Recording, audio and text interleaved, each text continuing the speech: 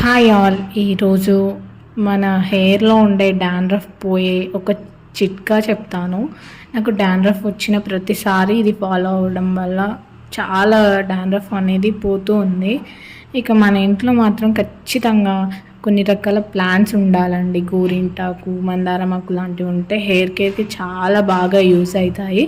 Okay, first అయితే టిప్లోకి వెళ్ళిపోదాం.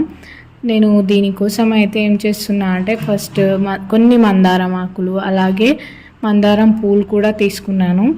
ఇది మా పెరట్లో ఉన్న చెట్టుదే.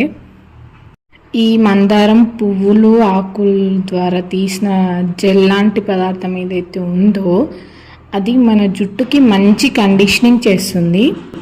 మన హెయిర్ అనేది డ్రైగా అవ్వకుండా కాపాడుతుంది. అలాగే డాండ్రఫ్కి అయితే చాలా బాగా పనిచేస్తుంది.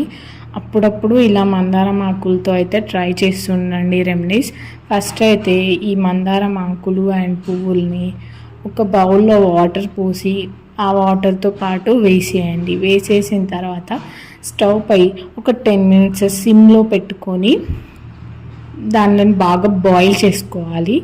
ఇవి బాయిల్ అయ్యేలోపు మన హెయిర్కి డాండ్రఫ్ పోవడం కోసం అయితే మనం 2 spoons కర్డ్ తీసుకొని అందులోకి 1 spoon కోకోనట్ ఆయిల్ వేయాలి. వేసి ఇదిగోండి బాగా కలుపుకోవాలి ఒకసారి అయితే అంతా. ఈ కర్డ్ కూడా డాండ్రఫ్కి చాలా హెల్ప్ అవుతుంది.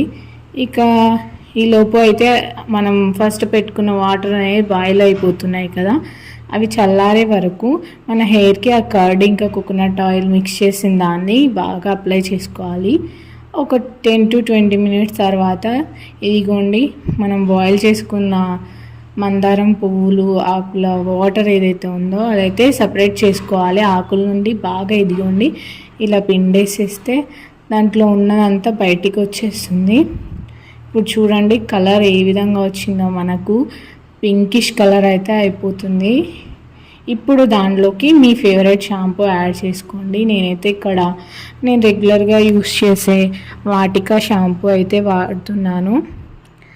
ఇది షాంపూలో యాడ్ చేయడం వల్ల మన హెయిర్కి సాఫ్ట్నెస్ అనేది చాలా బాగా వస్తుంది. ఇక పెట్టుకొని హెడ్ బాత్ చేసామంటే హెయిర్లో ఉన్న డాండ్రఫ్ పోతుంది. అలాగే హెయిర్ అనేది సాఫ్ట్గా సిల్కీగా అవుతుంది.